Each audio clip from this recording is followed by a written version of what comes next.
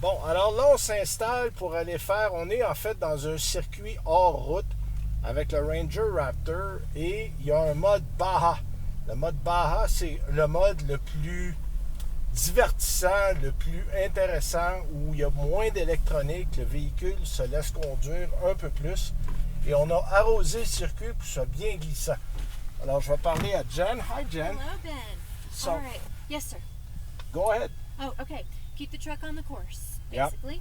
If you find you're not going to make it, straighten out, find the weeds, stop, wait for instructions. You will be the only truck on I know. course. All so right. It's all yours. You ready? Thank you. Go.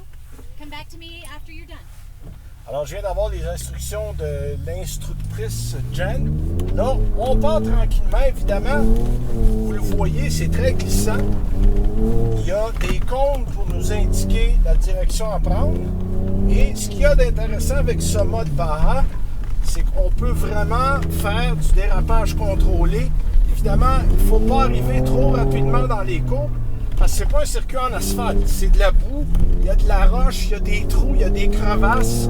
Il y a un ou deux conducteurs aujourd'hui qui ont déjanté une roue parce qu'ils sont rentrés rapidement dans une courbe où il y avait une crevasse puis le pneu a tassé.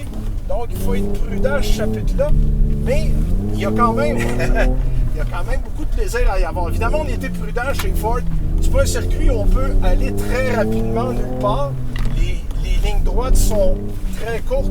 Les courbes sont assez acérées. Voyez-vous, ici, il y a comme un double apex où on peut prendre un petit peu de vitesse. C'est à peu près le seul endroit du circuit où on peut le faire. Il faut freiner parce que il y a tellement de boue qu'il n'y a à peu près pas d'adhérence au sol. Mais en glissant, on est capable de trouver, avec la puissance qu'il y a, parce qu'il y a quand même 405 chevaux, trouver une bonne vitesse. Et à la toute fin, vous allez le voir, on a un saut, qui n'est pas un énorme saut, mais assez pour que, vous avez attention, ça arrive, pour que les roues lèvent de terre. Alors voilà, c'était ça le circuit. Fort intéressant et surtout que ça donne une très bonne idée des capacités hors route du modèle. C'est pas tout le monde qui va faire ça, mais le prix, évidemment, à 77 000 $ vous permet d'avoir de l'équipement de haute technologie, de pointe, et c'est extrêmement intéressant.